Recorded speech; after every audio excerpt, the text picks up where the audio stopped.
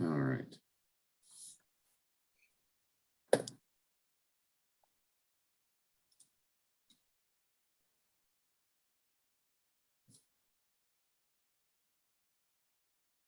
How's everybody doing, by the way?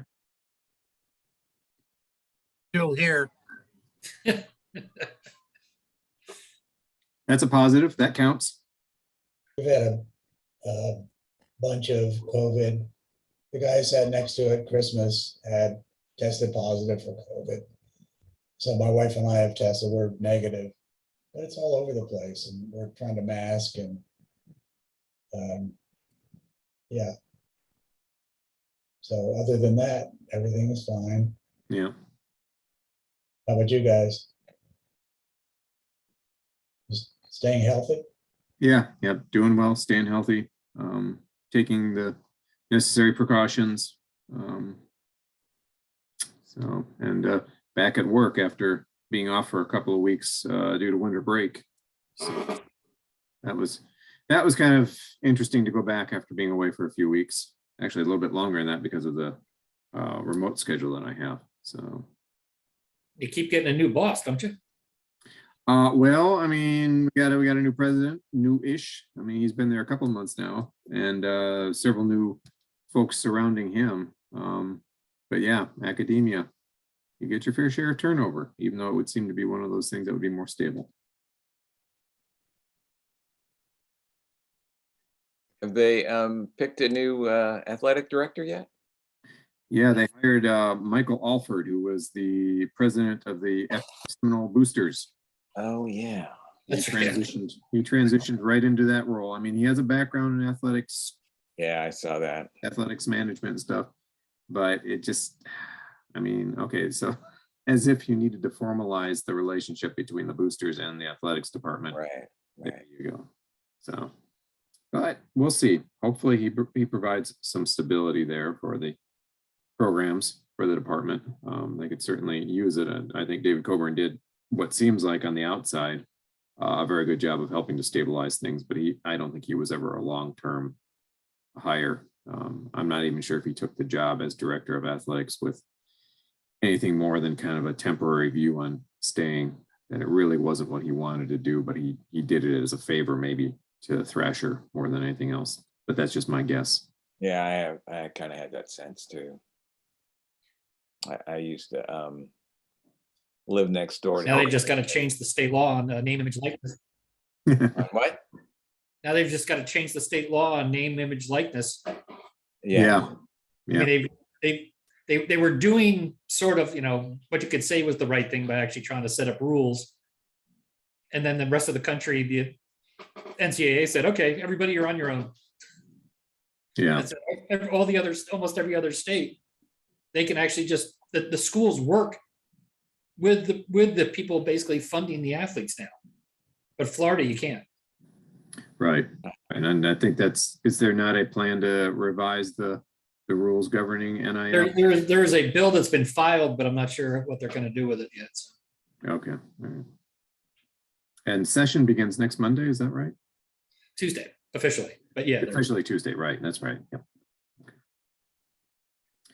Yeah, that'll lead to a big old increase in traffic and chaos downtown, that's for sure.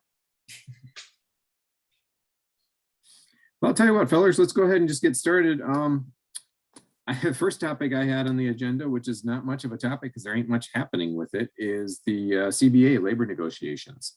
Last I saw, the owners were supposedly, according to anonymous sources, getting together counter proposals or alternatives to their original set of proposals that they had put forward to the players union to pitch it to them by the end of the month.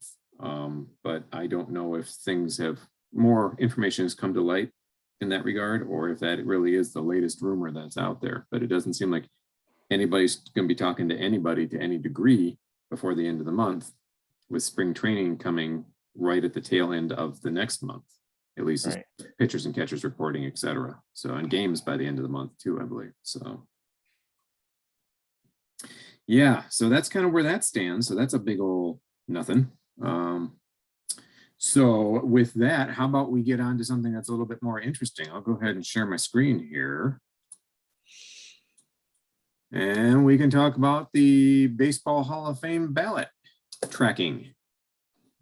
This is a link that Chuck sent me earlier today. Of course, I followed this one myself.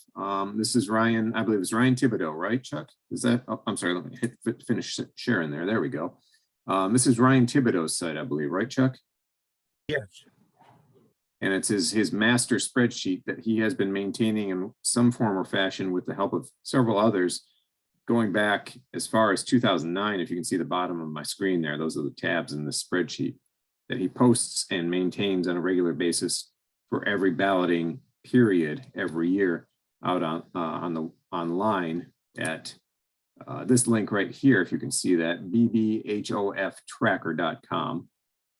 You can even go back in time and see some of the final results from previous years voting. But this spreadsheet, to me, is an incredible piece of work. I love looking at this thing.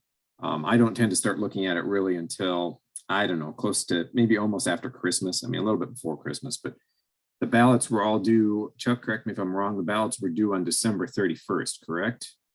Correct. Okay.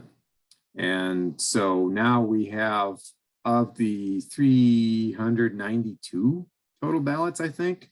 Yeah, there it is. Right. Estimated ballots cast 392. 137 have been made public in some form or fashion. I say 137 because 130 have been identified as associated with a particular writer, blogger, whomever, a journalist who has BBWAA credentials for 10 years minimum and can vote, plus 7 anonymous or unverified ballots that are included in this. And it basically just tracks every person's public ballot, who they voted for, whether there was a change in their voting from last year to this year. The green means that they've added somebody to their ballot, limit of 10 total people who can be put, who are eligible to be voted for on the ballot, 10 slots, let me say that. And the red indicating those who did not get this person's vote this year in comparison to having gotten a vote last year. And all those are aggregated, those totals by person, by individual eligible retired major league player up here. And let me actually do that. And that'll expand the list a little bit there. And then you can see everyone who is included on the ballot this year, all the first timers plus all the holdovers. Now, right now, we know we have a couple of holdovers who are on the ballot for their last time, 4 of them specifically. Barry Bonds, Roger Clemens, Curt Schilling, and Sammy Sosa. And the way things are looking, 2 of the 4 holdovers who are on the ballot for the last time, the 10th year being their last year of eligibility, 2 of them, Mr. Bonds, Mr. Clemens, are looking pretty good right now. I would say not, though. Because my guess is. Okay, well, let me ask you this. I think they're looking okay. But okay, right. Discussion. Here so far, they have been named, or I'll pick on Bonds, named on 81% of the ballots that have been made public or that are associated, are out there. Right. And he needs to be named amongst the rest of the ballots that are now in and are being tabulated.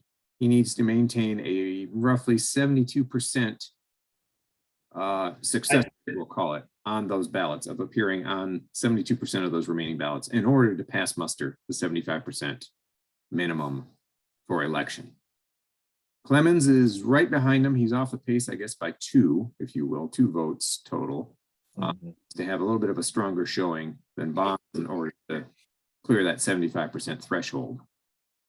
The other 2, Schilling and Sosa, they're done, yeah. Yeah, they're going backwards. Now, no surprise with Curt Schilling based on what happened with last year's vote and his reaction to it and everything that's happened with him since he fired. He is net 15 votes down from where he was last year among returning voters. So in other words, he's lost a net of 15 votes from those folks who have made their ballots public since last year. So he is going in the wrong way, the wrong direction. And it's a little hard to imagine that he's going to suddenly, rally and get 84% votes on the remaining ballots that have not been made public. And Sosa is, he is completely done. He has no chance of getting in. on the writer's ballot. Yeah, I just think there's too many people who don't make their ballots public are the ones that have that mindset of the integrity of the game. So, everything that happened in the 90s and 80s, forget it. Yeah. Yeah. I think I It's part of what is hurting baseball. yes. Are those people. And to Jim's point from another direction, as you see more and more ballots made public every year, it seems like the percentages where they're in the green for someone at this point, 81%, 6% north of 75%. As more and more ballots are made public, you see these numbers go down, these percentages go down, because you see more and more ballots with fewer and fewer people checking names of those individuals, their integrity of the game and so forth, as Jim was talking about. So do they hold serve? Who knows? But I mean, if I'm running the Hall of Fame, the museum, the Baseball Hall of Fame, I would be calling for a complete overhaul of how the process is done, because you're basically devaluating. You're basically making it so everybody who's under 40 years old is never going to go to that museum, because the players they grew up watching are not going to be there. Yeah, there's no one they can relate to or recall fondly. Yeah. That's definitely going to be a concern. However, we do have one first timer who's looking pretty good so far, and that's David Ortiz. Of all the first timers, I think his success thus far in the ballot. That's because he's only rumored to have been Alleged, yes, alleged. He might have been named. We don't know, but he's doing pretty well so far. He needs to maintain about a 71% success rate on the remaining ballots to be tabulated in order to achieve election in his first year. So we're not seeing anybody who was as dominant as Mariano, that's for sure.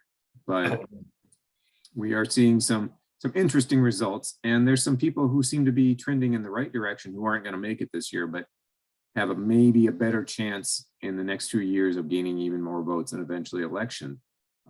Scott Rowland. That's how I was looking. Yeah.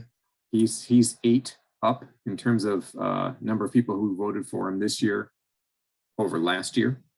And I wonder if my thinking on the steroid guys reverses with him, where he might actually be on more of the unnamed ballots. Possibly you could see. He's on 72.3% of the ballots now. He would need to be on 76.5 in order to be elected. But yeah, if someone is going to continue to do well, gaining net votes and be on those unnamed ballots or those ballots yet to be made public, yeah, he's got a shot at it for sure. Another one who seems to be doing decently well. Let's see, where did he go? There we go. Todd Helton.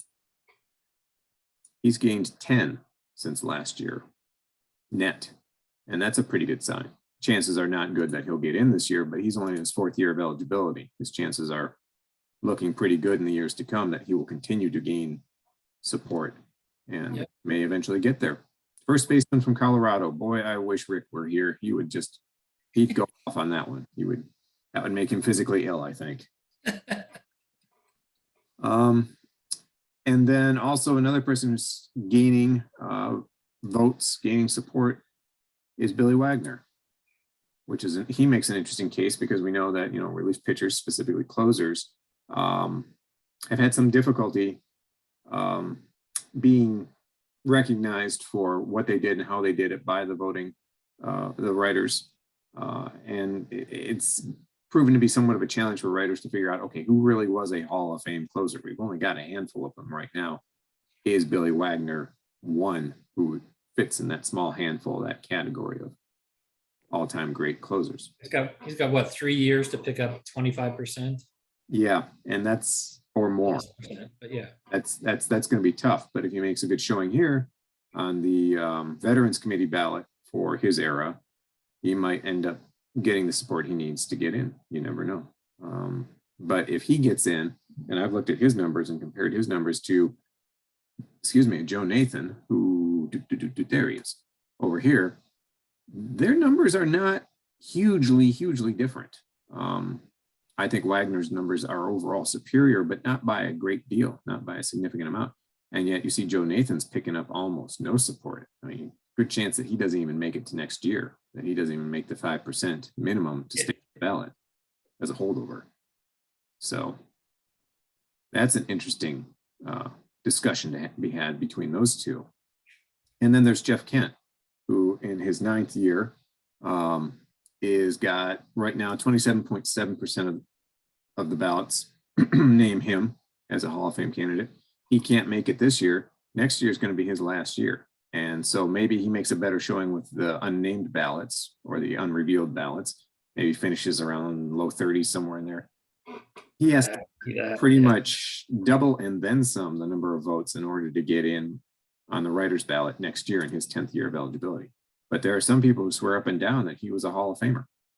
I think it's a debatable argument, but there are people who believe very strongly in his candidacy based on his offensive numbers, definitely not based on his glove work.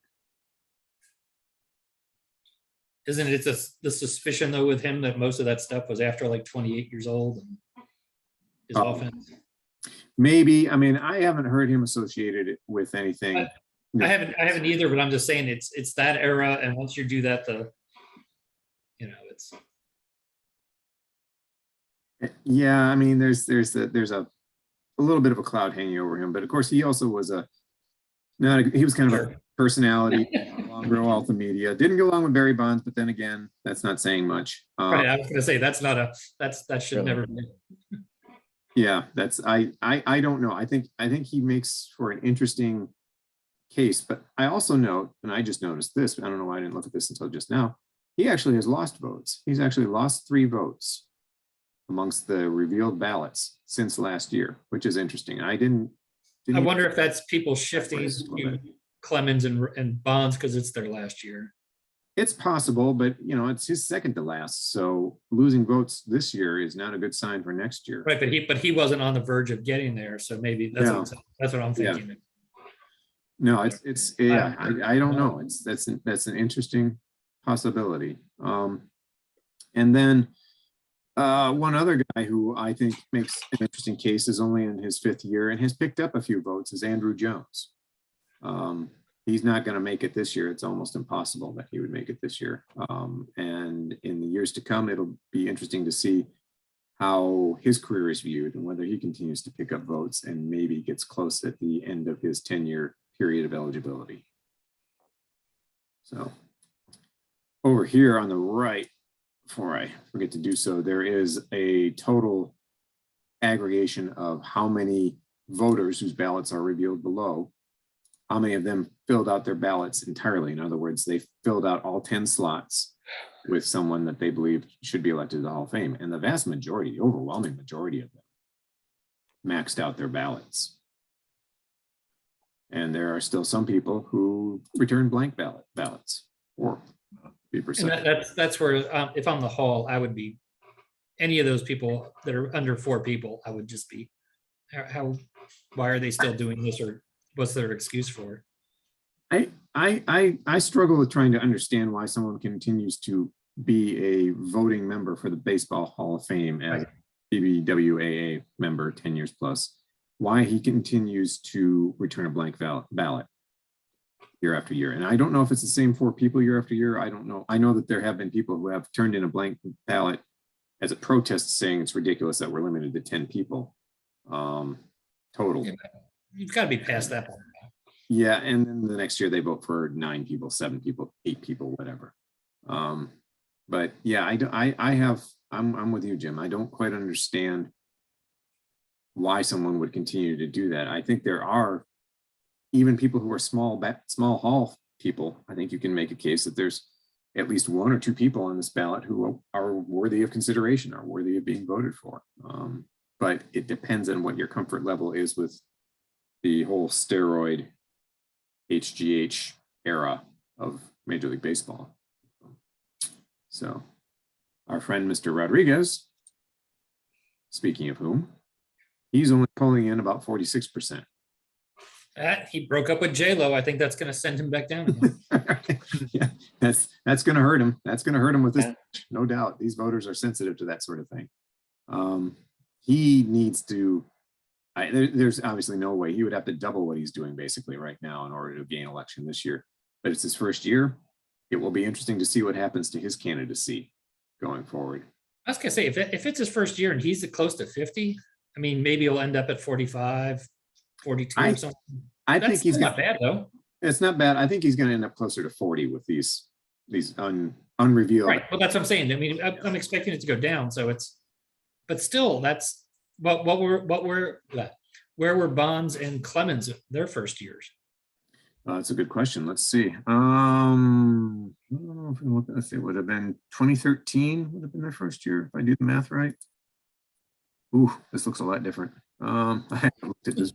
I don't know how long. Holy cow. All right, so about that same era, 45, 42. Yeah, 45. Of course, Bijou and Bagwell eventually made it. Let's see. Morris was 59. At that point. Edgar. 61. Yep, yep. Trammell 36.4. Yep. And Larry Walker 17. Yep. And Walker, and of course, Walker made it on the writer's ballot, whereas Trammell and Morris both made it on the veterans ballot. So, yeah, that's interesting. So, yeah, they're sitting kind of in that same range that A-Rod is right now. So, by year 10 for A-Rod, what happens? It shall be see.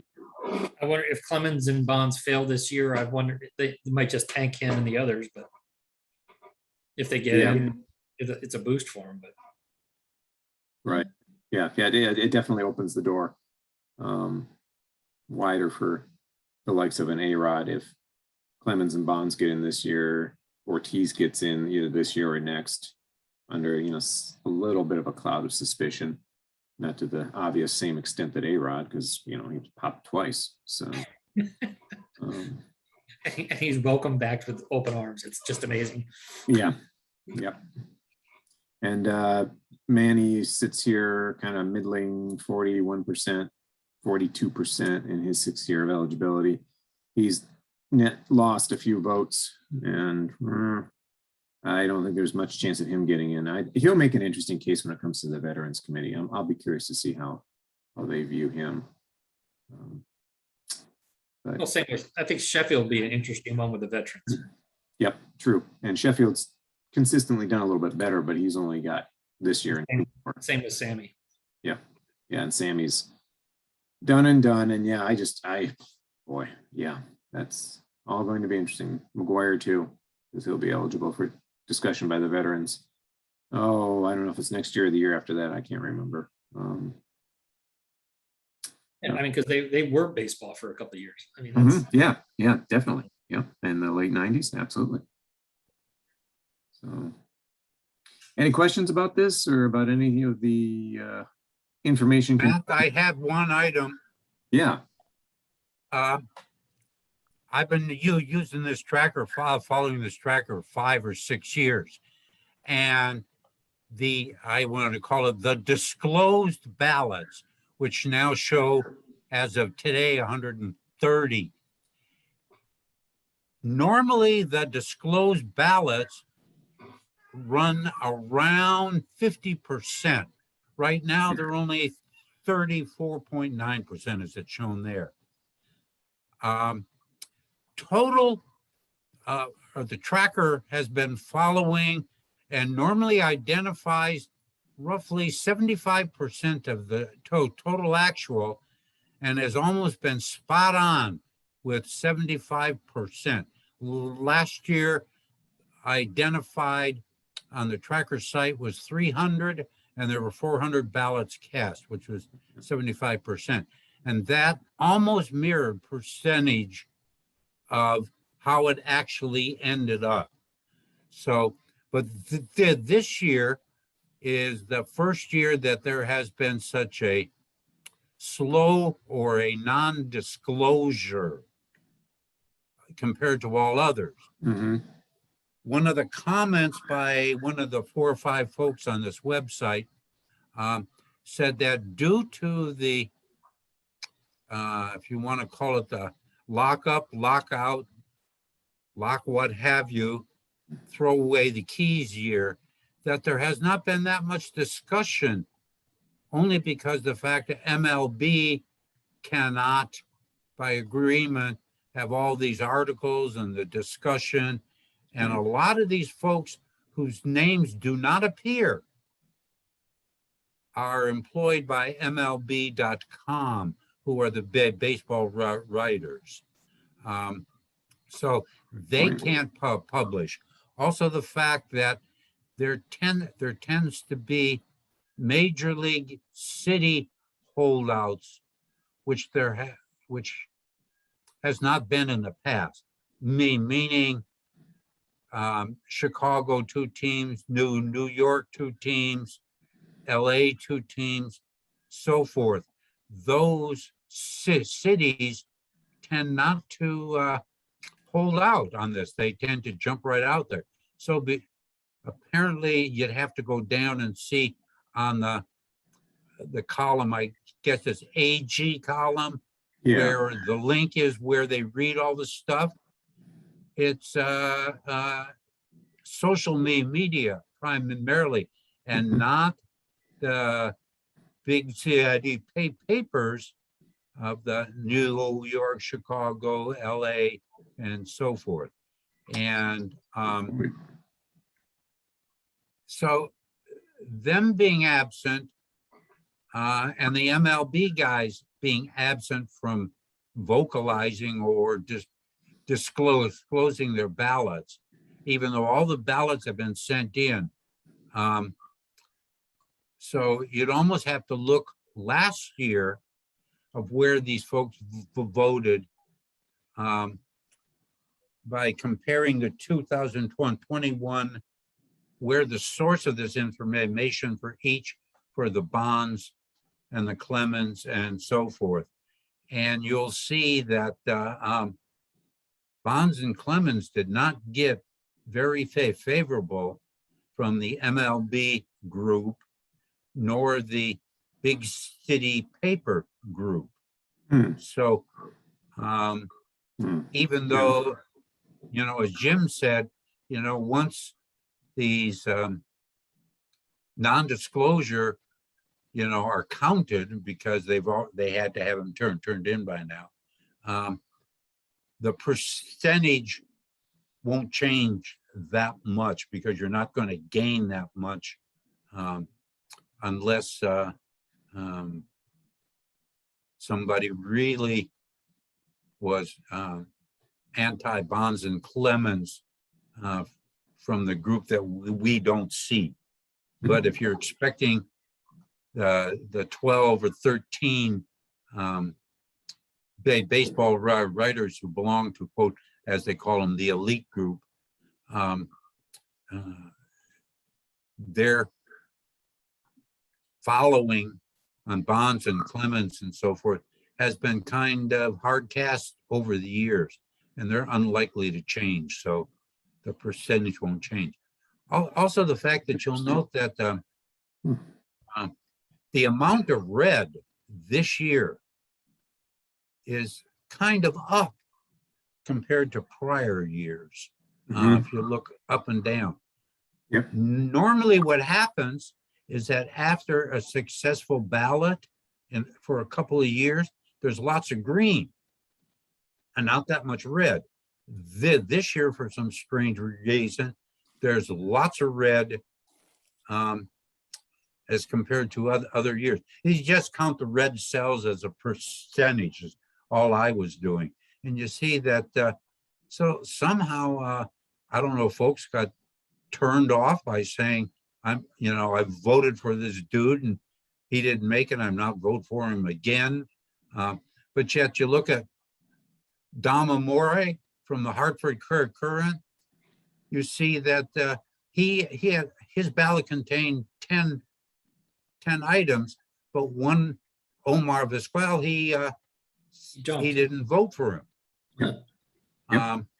But he voted for a first timer, and I forget who it was he voted. It was Ortiz.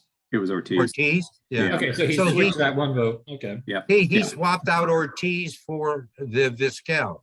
Mm-hmm. I can see that. Otherwise, I mean, he kept his ballot the same. Yeah. Yep. Yep. And to that point, there's an interesting little column, which I've never paid attention to before. But if someone voted for a 10-person ballot, filled out his ballot completely, if there was no limit on the number of people you could vote for, who else would you have voted for in addition to the 10 you chose? And they have that information here, I guess, based on querying the writers who made their ballots public, asking them the question. And you see Billy Wagner's name show up a lot there. I think you see Jeff Kent show up there. You see, Sheffield show up there. It's interesting to scan down that list and see who these writers would have voted for if there had been extra spaces or no limit on the number of people you could vote for. That's an interesting point about whose ballots you're not seeing here in terms of categories of baseball writers, baseball coverage, baseball media. I hadn't noticed that, but you're right. A lot of these are social media writers or identify as social media. Right. If you look at the bottom, you'll see on the thing of the right of just scroll left all the way. Whoops. Hang on. Yeah, right here of the eligible, some information on the notes of whose ballots turned or said that they were going to vote, but they were not eligible to vote, so they had to scratch them from this list. And it's they've identified those who they're not going to vote there this year, but they voted in prior years, and some folks who had, I guess, no longer eligible, but had they been eligible, they would have voted. And then they identified this group of first-time balloteers who did not reveal their ballots, but their names were identified. I don't know how they come up with all these names, but yes. Yeah, I guess they must. Hornstra, Levine, and Spire. Yeah, I guess they must know who the new eligibles are, and they know that they haven't seen their ballots yet because they're not listed up. Which tells me that this group is fed by an insider baseball writers voters. Yeah. Paid the dues and can provide that info. Yep. This is interesting. Ben Lindbergh, whose stuff I read on Fangraphs, I didn't realize he had publicly abstained. I guess I missed that. I wonder what his thinking was, why he abstained. Interesting. So yeah, this is, like I said, this is a fascinating thing to look at, and you can get lost in looking at these numbers real quick and trying to project trends and seeing how things compare year to year, as Chuck was talking about. And one other quick note I would point out, which I think is of no surprise to anybody here, the number of votes that Omar Vizquel has lost in the last year. He is definitely going in the wrong direction. Currently sitting at 8.8% on the named ballots, lost 37 votes so far, a net loss of 37, gained 0. So of the unrevealed ballots, if that trend continues, one has to wonder if he's going to drop off the ballot this year after being one who was thought of as maybe he gets in by his 10th year. Some people were speculating that he could be strong enough. He was showing pretty strong numbers, but then the allegations and the accusations that have come out against him have been pretty damning and are reflected here in this loss of support, I think. Any other questions or comments about this? Yeah. I'm skeptical about the writers. It seemed that back in the day, baseball was covered much more in newspapers, which are hardly, they're not featured. The major newspapers are not covering their teams. It used to be you had a lot of hometown writers. And true, I grew up in the metropolitan New York area where we had 3 major league teams, and there was press all the time. So you got to know the players inside and out, the statistics and all the rest of it. So it makes me a little bit skeptical that these writers, in my opinion, they don't seem to know these players that well. And I could be wrong. I mean, the numbers are out there. If it's just by numbers, or what they're producing, then the steroids and the HGH stuff would not be a factor in, I mean, if you look at Bond's numbers or Clemens' numbers, or even A-Rod, these people produced incredible numbers. So anyway, I'm wondering who these writers are. And it's true that I'm not reading that much baseball compared to when I was younger. So I'm just curious if anybody else has an opinion about the quality of the baseball writers now. Well, I can give you a hint. If you look at 2012, don't flip over because you could go all nuts. How many SABR members were Baseball Writers Association? Now jump over to the current year and go down the SABR directory and see how many are SABR members. And you'll see it's greatly reduced. This tells me, even with all the analytics and number crunching and SABR that they profess, they still don't have baseball writers out there anymore. So it's all Twitter. It is all, YouTube, MLB.com, ESPN.com, all of these guys there that write with no team identity, as Jeff said. There's no, if they met the dude on the street, they wouldn't know who the hell that they were. We grew up, if we saw them on the street, we'd go ape because we know what they look like. Now these guys wouldn't know. And so, the kinds of writers in the Baseball Writers Association. And if you look at the membership, I don't have my sheet here right now, but we used to have going close to 700 voting members who would vote, and you'd be 600 and some odd ballots. And last year was something like 400 ballots with out of a membership of 500 or 4,990 or something that were sent out. So there is like a 15% never return their ballots. Yeah, which I guess that one is even more troubling to me than those who return a blank ballot. It's, you don't even return a ballot at all. It's like, why are you continuing to be considered an eligible voter? I mean, you could still be eligible for it, but why are you being issued a ballot if you're just not returning it? That seems like to me, I don't know, is that dereliction of duty? I'm not sure, but that doesn't sit well with me. I can sort of understand the blank ballot if you're protesting or whatever, but not even return it. That's harder to stomach in my mind. It's a telltale sign. It's a tell that, to me, I mean, these people don't have the competencies. They don't have the background. They're not comfortable casting a ballot because they don't know the players. They don't have the facts at their fingertips. I mean, that's my hunch. If true, then you have to wonder how they got access or how they became members of the Baseball Writers Association of America. Yeah. They don't even know the players now. It's like, okay, baseball writer who doesn't know baseball player. I don't know. That's a difficult thing to accept. If your hunch is true, Jeff, yeah. Any other thoughts or comments about this? Yeah, I'm excited. My favorite player, Gil Hodges, made the veterans ballot and he got into the Hall of Fame. I was excited about that. Yeah, That's there was.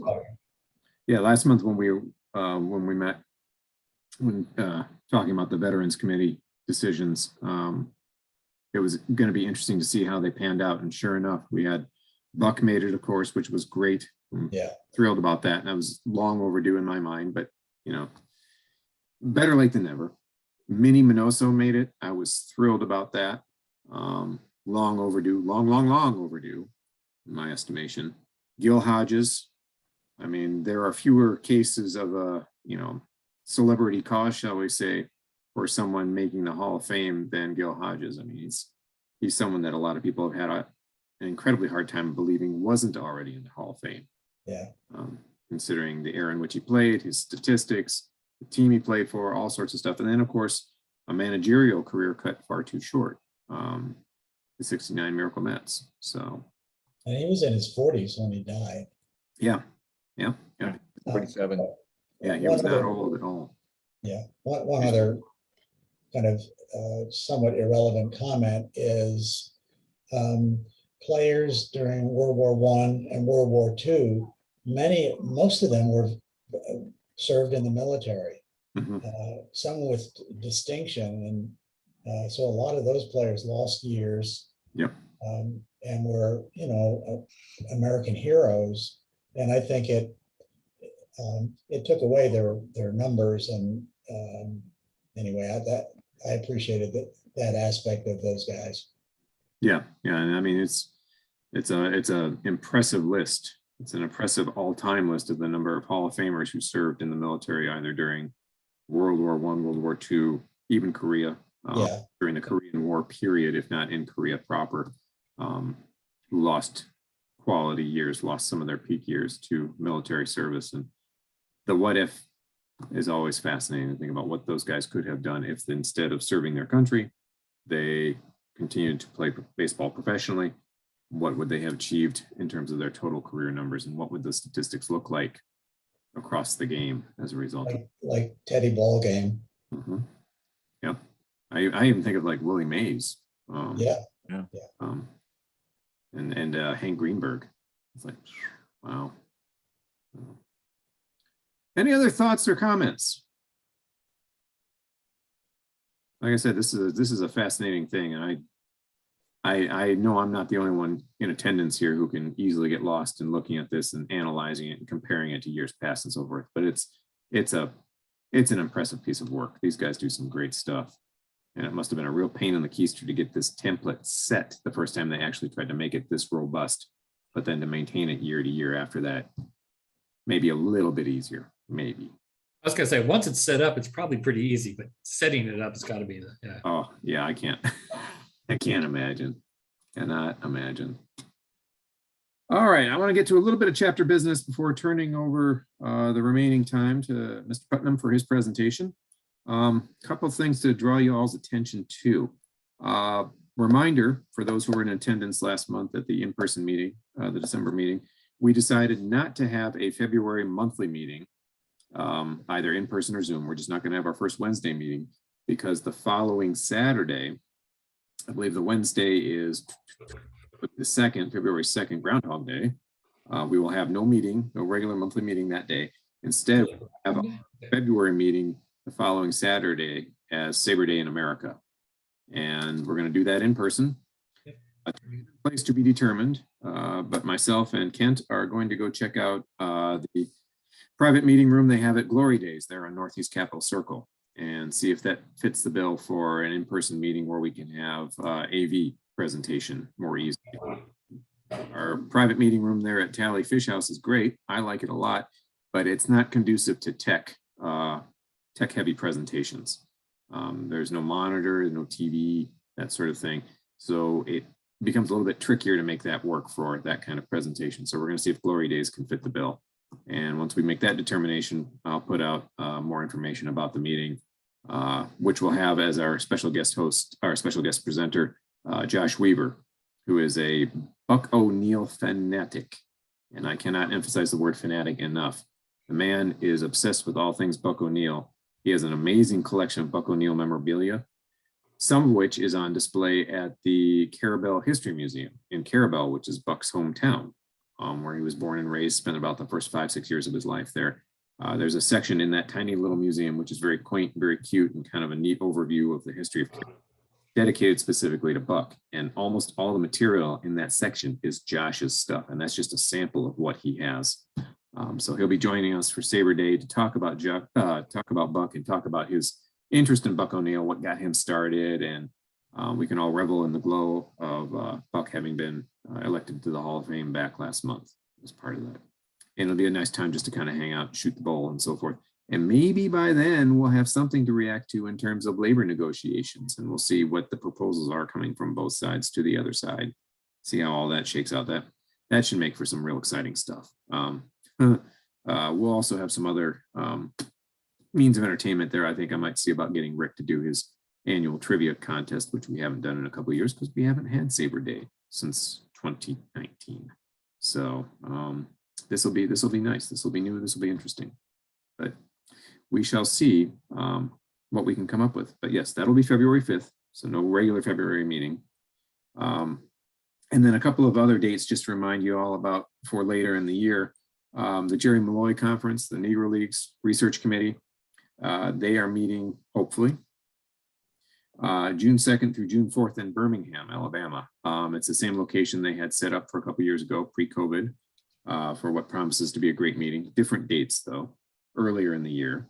And then SABR 50 is going to be in August 17th through the 21st in Baltimore. Again, same location, but different dates than what was originally scheduled back before the pandemic. Give me those dates again, Matt. Yeah.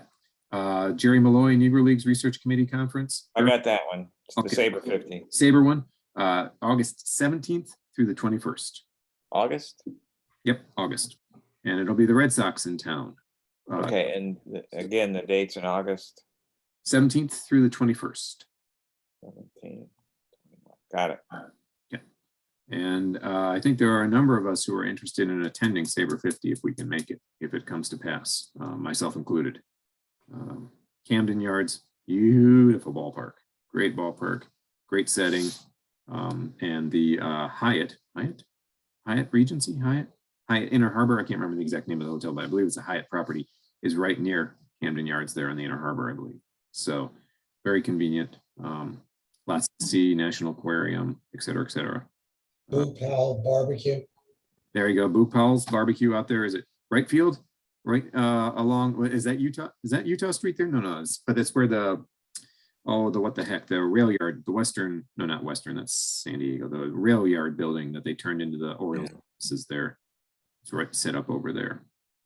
So yeah, it's a cool ballpark. I've been there twice. It's been many years now since I was there last, but it's beautiful. Lots of fun. Any questions about any of those dates or any of those events? The only comment that I have, Matt, Mhm. is that if you guys get an email from me to invite you all at my expense for SABR Day at the Governor's Club, that's because I was successful. I don't know if you can. I see that. Powerball. I see Powerball. It's only worth 600 mil. That's all. Oh, that's all. Okay. So I can afford to treat you all, folks. Oh, that's very kind of you. I'm surprised you'd still take our calls. His secretary will have it call us back. Yeah. I don't think we're gonna get past the gatekeeper on that one. Whoever. All right, good deal. Well, with that, I'm gonna go ahead and cue up Kent's presentation here. And we will go ahead and turn the floor over to him for what I think is going to be a pretty cool first-person account of that very famous, at least locally famous, exhibition game between the New York Yankees and FSU back on April 5th, 1978. Let me share screen here. All right, you should be able to see the title page to the slide deck there, hopefully. Everything look good there? Yeah, I'm good. All right, cool. Sir, All right. You cue me when to change the slide. I will do that. All right. So just a tiny bit of backstory about this presentation. I was really looking through a box of slides, old Kodachrome, for something else when I ran across my box of slides from this game, which I obviously was taken in April of 1978. And I definitely had some memories of attending the game, and I had some pretty vague memories about most of the images that I took. But when I reviewed them, just kind of holding up to the light. I thought, well, this is something that needs to be shared. So that's how this came to be. And one of the unanswered questions is how exactly I got a great seat right behind home plate. And I really don't know how I got that ticket, but I did. And so that we'll see some shots through the backstop screen, of course, but pretty good vantage point. I grabbed my my old Pentax camera and a roll of Kodachrome, 36 shots, and off I went. So let's go to the next slide, Matt. This page that's here on the left is just a page from the FSU baseball handbook from that year. So it was actually printed, prior to the season, and was going to be a highlight of. This wasn't a impromptu thing. This had been planned, and it explains that the Yankees had would break spring training, and head for Dallas, where they would open the season against the Rangers, but they managed to arrange a stop in Tallahassee for this game. And right from the beginning, it's been pretty clear that one of the driving forces behind this arrangement was indeed then a coach for the Yankees, former Seminole, Dick Hauser. All right, let's go to the next page. Next slide, I'm sorry. And this is the opposite page to the one we just looked at. And you can see that the handbook featured 4 high-profile Yankees, including manager Billy Martin and Coach Hauser. And kind of cut off here at the bottom, we have Thurman Munson and, of course, Mr. October himself, Reggie. Next slide, please. And this is another page from the yearbook, or the handbook rather, and just I was intrigued by some artists' interpretation of Reggie, hopefully striking out, but anyway, there he is, and you can see it's a little truncated there, but you can see some of the FSU schedule for the season, and I'll talk at the end of the talk. I'll talk about speak on what happened to the Yankees and to the Seminoles as the season progressed after this game. All right, next slide. So here we are, and we're in pregame warm-ups.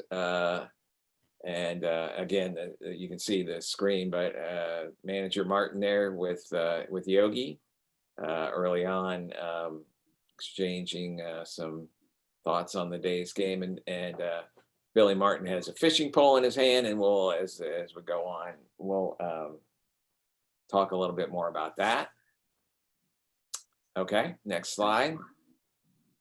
And here are the head men for the 2 teams, Billy and Martin, of course, on the right, and the head coach of the Noles at that point was number 6, Woody Woodward, former big leaguer himself. And it was interesting. I noticed I found a roster for the Seminoles for 1978, and one of the assistant coaches was good old number 11, Mike Martin Sr. Just getting started. All right, next slide. Now in this slide, you can tell the groundskeepers are getting the field ready, and Coach Woodward is talking to one of the Yankees, and his face is obscured in this shot, so I'll leave it for another slide to speculate on as to who this is. All right, next slide. And this is just a shot from my seat looking over toward the down the first baseline, just to kind of give you an idea of what it was like down on the field before the game, with a lot of press and players mingling, and of course a sellout crowd. All the bleacher seats, I believe, were pretty much taken. All right, next slide. Now here's another shot of the two guys talking on the third baseline. I guess it was obviously something that was really interesting to me. I think that's Ron Guidry, and if anybody has a better idea, let me know. But I'm pretty sure that's who that is talking to Woody. All right, and Mr. Guidry had a real good year. We'll talk some more about that too. Next slide. And I just love this shot. You know, somebody hit a pop fly, and guys just keep talking, or doing whatever they're doing, but they're also making sure they don't catch one on the top of the head. So I was got a kick out of that one. All right, next slide. And here the Yankees are starting to warm up a little bit, taking a little infield. Number 10 back there is the first baseman for the Yankees, Chris Chambliss. And number 12 down here, way over on the right, is an outfielder by the name of Jim Spencer. And interesting, Dick Hauser's frat house welcomed him back, if you note the sign above the fence there. All right, next slide. Now, okay, this is still obviously infield. Billy Martin was number 1, and there he is with his back to us. And number 41, who's throwing the ball around, is the catcher for the day, Cliff Johnson. And one of the things that was interesting when I went back and looked at the slides is nowhere in here is any sign of Thurman Munson. He didn't play, and I don't remember seeing him, and I didn't find him in any of these photographs. So I'm kind of guessing he had an excused absence, as you'll see when we look at the box score. Otherwise, the Yankee team that took the field in the first inning was basically the starting lineup, but not behind the plate. Okay, next slide. Just some more famous people here. We got Yogi there, just to the really, he's kind of dead center. And number 20 with his back to us is Bucky Dent. Not exactly sure who some of these other people are. Next slide. And at some point, Billy came back to talk to somebody who was sitting down in front of me, and I was able to get this pretty nice little close-up of him, being his usual animated self, shall we say.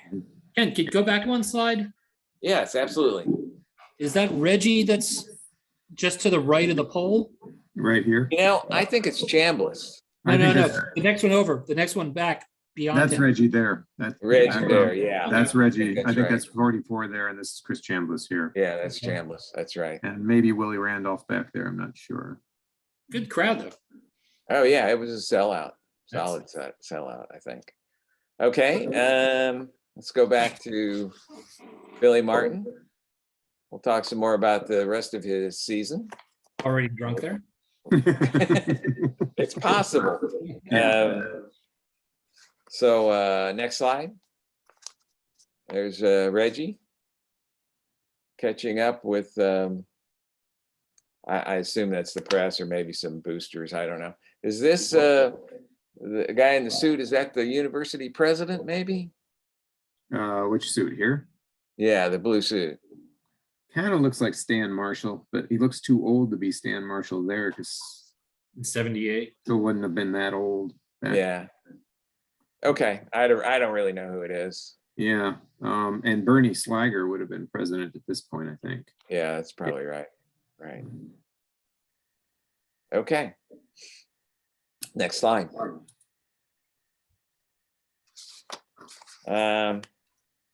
Again, just another crowd shot, although clearly we've got Reggie and Chambliss. Yep. Right there. All right, next slide. Before I talk about this, I meant to mention this earlier, but I will, when I was researching this, I found a reference in an online column that was actually written several years ago, but I learned that before the game, the Yankees had brunch at the governor's mansion, and Governor Askew apparently was a baseball fan and thrilled to pieces to have all those famous faces there in the governor's mansion with him. And according to the reporter, a good time was had. So pregame ceremony, I think I recognize Gene Deckerhoff there in his cool leisure suit. And a few pounds lighter. Yeah, a few pounds lighter. Yes. And so I won't try to go through here. Obviously, Woody Woodward is here. I don't know if Mike Martin, is that Mike? That's my guess. That's 11 right Yeah. there. And I was wondering, is that Chip Baker, or had Chip not yet joined the staff? You know, you want to give me a second? Let me look at my notes. You know what his number is? This is numerical. He wore 9. I can't remember what number he wore. No, he's not on here. Anyway, and note the golf bag. We're going to see that get awarded here in a minute. All right. Next slide. And there's the golf bag, and it's Dick Hauser. It actually was. If you go back on the slide before this, you can see it says right there. If you can, it's hard to read, but it does say Dick Hauser right there. All right, back to the next slide, and there's just the guys, the Yankees flirting with the pretty girls, you know, and nothing changes in that regard. All right, next slide. Except somehow it looks like Yogi somehow missed that part. He's looking away. Yeah. And you can see Billy Martin got that fishing pole awarded to him formally there, and you can just barely make it out there. So those were the two gifts to Yankees. All right. Next slide. Just another picture of the Yankees getting ready to play ball, being introduced. Looking at the field, was the big screen up there at that time? Anybody know? I obviously I wasn't here in 78, but I don't think so. I think they dedicated the scoreboard in the mid 80s. I think either the Yankees or the Royals came back to do that. Okay. I think that's that old scoreboard that sat out in left center. Was, yeah, I think that was 85, I think. So is that the site of the current stadium? Yeah. Oh yeah. Mm-hmm. Okay. Yep. Just looks dry and like nothing there. So that's. Yeah, it's definitely a different era when groundskeeping was handled in a different manner. Yep. So. Yep. All right. Next slide, please. This was basically looking over to my left as I was sitting facing the field, and you can see that obviously the press box there, and they had set up the overflow for the cameras and the writers. So All right. So the press Go ahead. box in 78 or in this era, the press box for what was, I guess, Seminole Field, probably it wasn't Dick Hauser Stadium yet. Yeah, that's right. Line was on the third base side. Off center. No, I think this was the same place. I just think it was just, I mean, it just looks like a little metal box, you know? It's like Yeah. a high school bot. Yeah. Yeah. Yeah. Yeah. Yeah, it's an overgrown high school field. Yeah. Yeah. Yeah. Okay, let's go on. There were some VIPs. We have the boss. Yep. Next slide. Right behind me. This guy was calling the game, Mel Allen. Next slide. Way down there. Guy who had a bunch of home runs in pinstripes, Mr. Maris. Is Hawking Budweiser there? Yeah, Probably. I think by that point. Yeah, he was. Yeah. That was one of the stories in the mentions in this newspaper story was Maris and his beer distributorship down in Gainesville. Yeah. All right, next slide. Thank you, Augie Bush. Yeah. So Chip Baker provided me with this, the lineup cards. So we have the lineup cards, and at the end, I'll show you the box score. But unfortunately, I made some inquiries and I could not find a copy of a score sheet. You know, but the paper had a pretty good summary of how the game went. So, and as I said earlier, the Yankees really had their everyday lineup. They had Chambliss, Randolph, Dent, and Nettles around the infield, and Roy White, Mickey Rivers, and Reggie in the outfield. Yeah, that's the line. That's the So, oh yeah, and lineup I grew up with. Pinella is in the lineup too. That's right. Well, him and White were the left fielders. Oh, I see. Roy White was the DH for this day. Yeah. Yeah. And probably, well, the two guys who, in reading about this, were standouts for the Seminoles. Brooks Carey, you can see the starting pitcher was 7-0 at that time. And apparently he pitched quite recently before this. So he only pitched a couple innings, but he did great. And he even got a thumbs up from Reggie in the post-game interview. Don Milner, I believe, was a pretty steady hitter for the Seminoles during his career. And Blaine McDonald, the catcher, batting fifth for the Noles, actually was an All-American. And I didn't remember that, but I guess he had a good career in college, at least. Okay. Any questions about the lineups before I go on? All right, let's go to the next slide, Matt.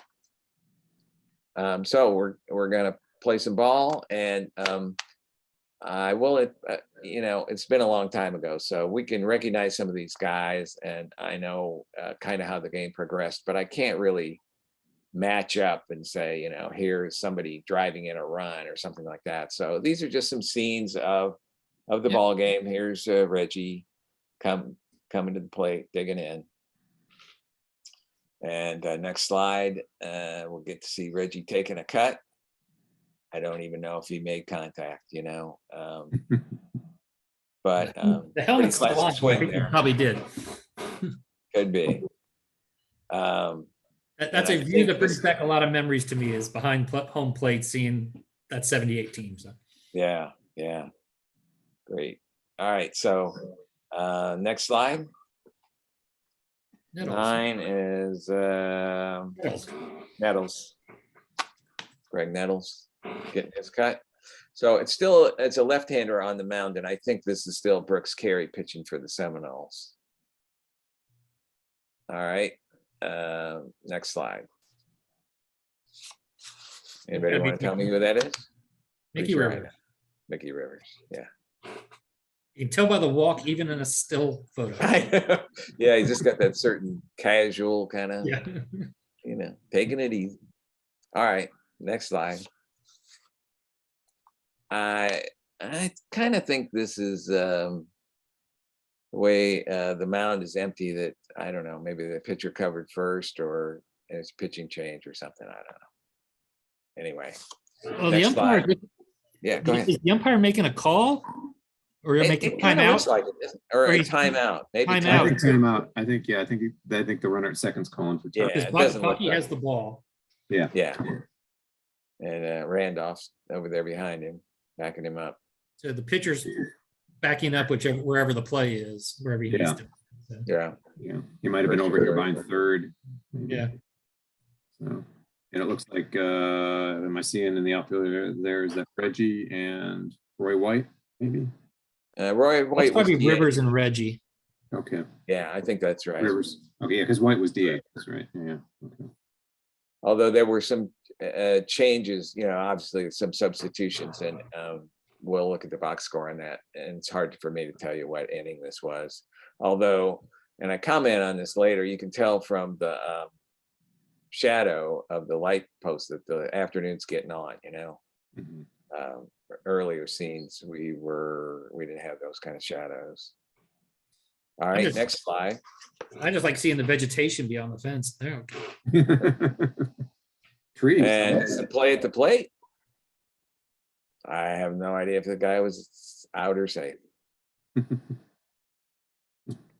Well, I'd say if Johnson has the ball, he's probably very out. Out, right? And if he doesn't have the ball, I think it's a pretty good chance he was safe.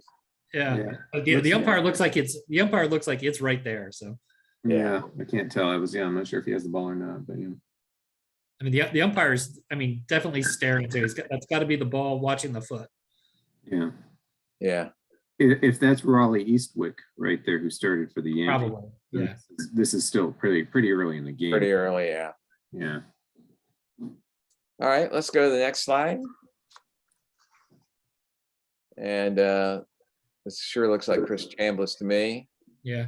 And I know it from looking at the box score, he hit a long ball. So very likely that's him after rounding the bases. Mhm.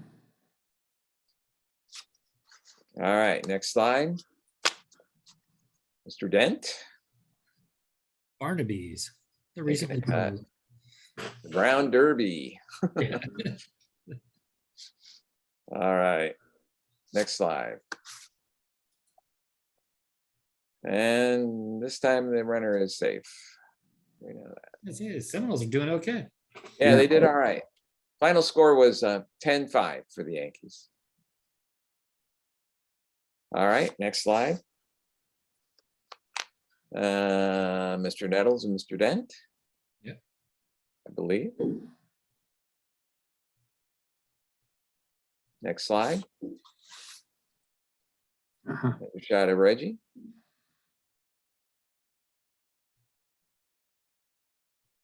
Yeah, so you caught the baseball right there, it looks like. There it is, yeah. Yeah. Cool shot. Next slide. Yankees taking the field after their times of bat. And I did, the slides were numbered, and so these are they should be in chronological order. Sometimes there's something that I think, well, that doesn't seem quite right, but they should be in chronological order. All right, next slide. I was gonna say, maybe that was Reggie's he was the last at bat for that half inning. It looks like someone's bringing him his gear. I can't tell. Yeah. That was my impression when I saw that too. So Yeah, it's like Reggie had an unproductive out. I was gonna say that. Yeah, he didn't contact that last pitch we just saw. Yeah, he didn't look like he had a great swing there. All right.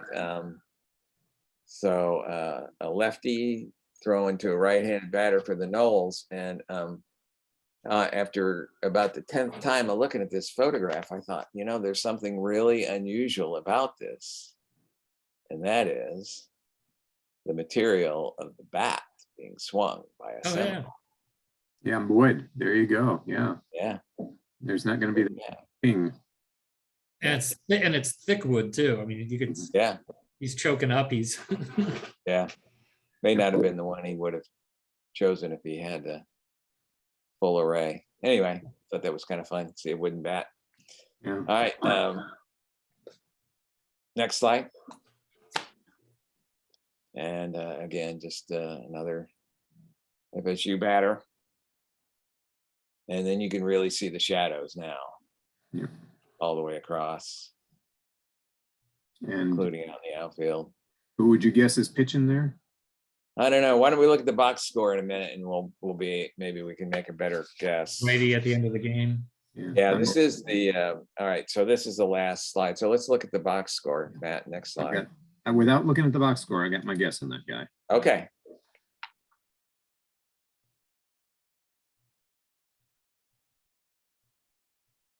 Ah. Well, they only used 3 pitchers. Yeah. Holtzman was the lefty. Okay, and Goose. Yeah. Goose. Yeah. Struck out Struck out 5. Yeah. 2 innings, 6 batters and 5 strikeouts, 6 outs anyway. Eastwick got knocked around. He did. Yeah. So the way the game, as I said, Brooks Carey shut down the Yankees for, I think he pitched 2 innings. Mhm. Yeah. Did give up a couple of hits, but no runs. And then Seminoles got a run in the bottom of the 3rd, but the Yankees got 3 in the top of the 4th. Seminoles get 3 in the bottom of the 4th and lead at that point 4-3. But then the Noles get only 1 more run the rest of the afternoon when the Yankees just chipped away, getting, at least 1 run in every at bat. So, and interestingly, the guy who really set the pace for the Yankees on offense was Chris Chambliss, 4 for 4, 3 runs batted in.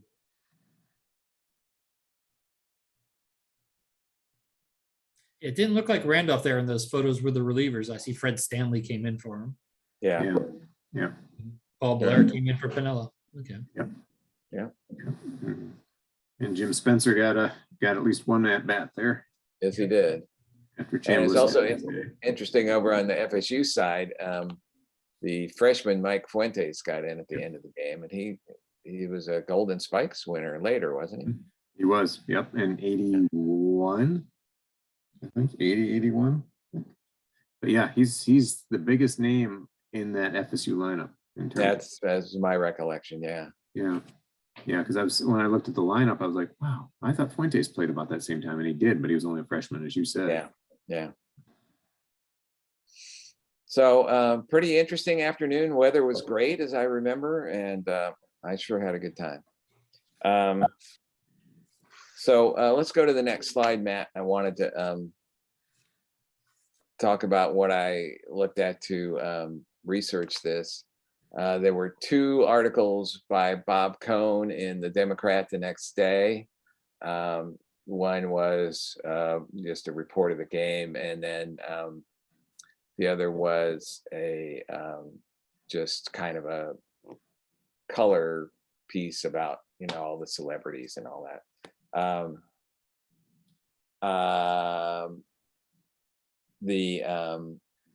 Chip Baker gave me the copy of the lineup card. I found a copy of the 78 baseball handbook online. And I wanted to especially draw your attention to this next one, Garnett and Old, paying tribute to Dick Hauser. I don't know if any of you had the pleasure of knowing Jim Jonas. He was my boss at the court for a couple of years, and a huge booster all his life, all his adult life. And he was the guy who wrote about the breakfast at the governor's mansion. And he also knew Dick Hauser going back to when Dick was a freshman at FSU. And so it's a wonderful piece about him, and this website down here below it is a link to that story if any of you are interested in it. If you can't get that now, just send me an email and I'll be glad to send it to you. As for the Yankees, I just read about their season and got a roster off of Wikipedia, and same for the Knowles, except I use knowlefan.org and of course my own photographs. So before quitting, I wanted to talk about what happened to these teams after this particular afternoon. The Seminoles finished the season 44-18. They finished in third place in the Metro Conference in the regular season with a conference record of 9-4. They lost the conference championship game to Memphis State 10-9. They were accepted for the NCAA tournament, invited down to a regional in Miami, went 0-2 and went home. As for the Yankees, I know a lot of you know about this, but they were floundering mid-season. Manager Martin made some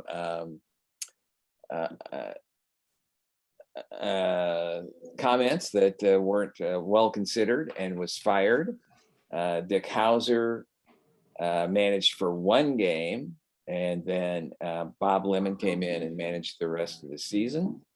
At one point, the Yankees trailed the Red Sox by 14 games, but were able to catch them. The regular season ended in a tie with both teams with 99 wins. They played a playoff game, and that puny little shortstop we saw hit a home run that will live in infamy. So there's that. And then I wanted to wrap up by, mentioning,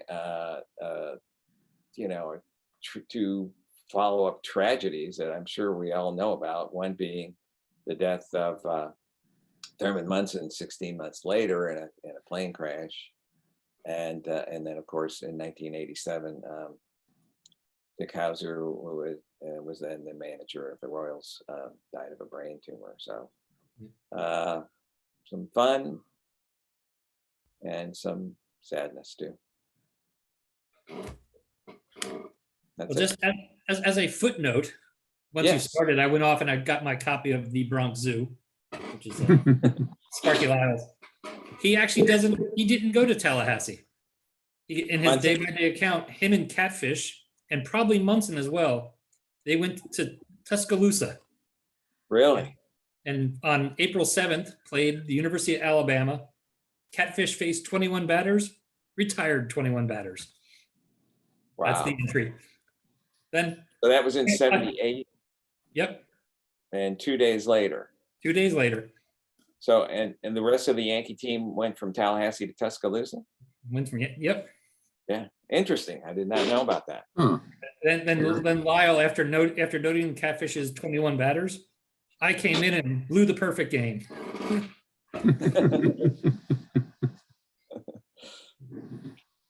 Everybody was razzing me, perfect game, and you have to come in and blow it. Cy Young winner my ass.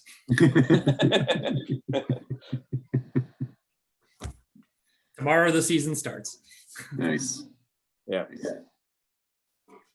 Any questions for Mr. Putnam about his presentation? That was great. My pleasure. Thanks. Yeah, that was wonderful. I've been looking forward to this one. I had a lot of fun looking at these photos while I was building the PowerPoint. I mean, it's just really incredible to think, okay, there's Billy Martin just the other side of the backstop. There's us. There's Reggie, There's Maris in the game. Mel Allen. Right. Yeah, Mel Allen. Was Phil Rizzuto there too? Wouldn't he have been doing radio or maybe TV? I don't think he was there. Yeah. I started it. I don't think I said this, but one of the things I did was looked at the New York Times archives, and on April the 6th, there was not a word about this game. I was going to say, growing up in New Jersey, there would probably be about 2 or 3 games that PIX would show from spring training. That was it. Yeah.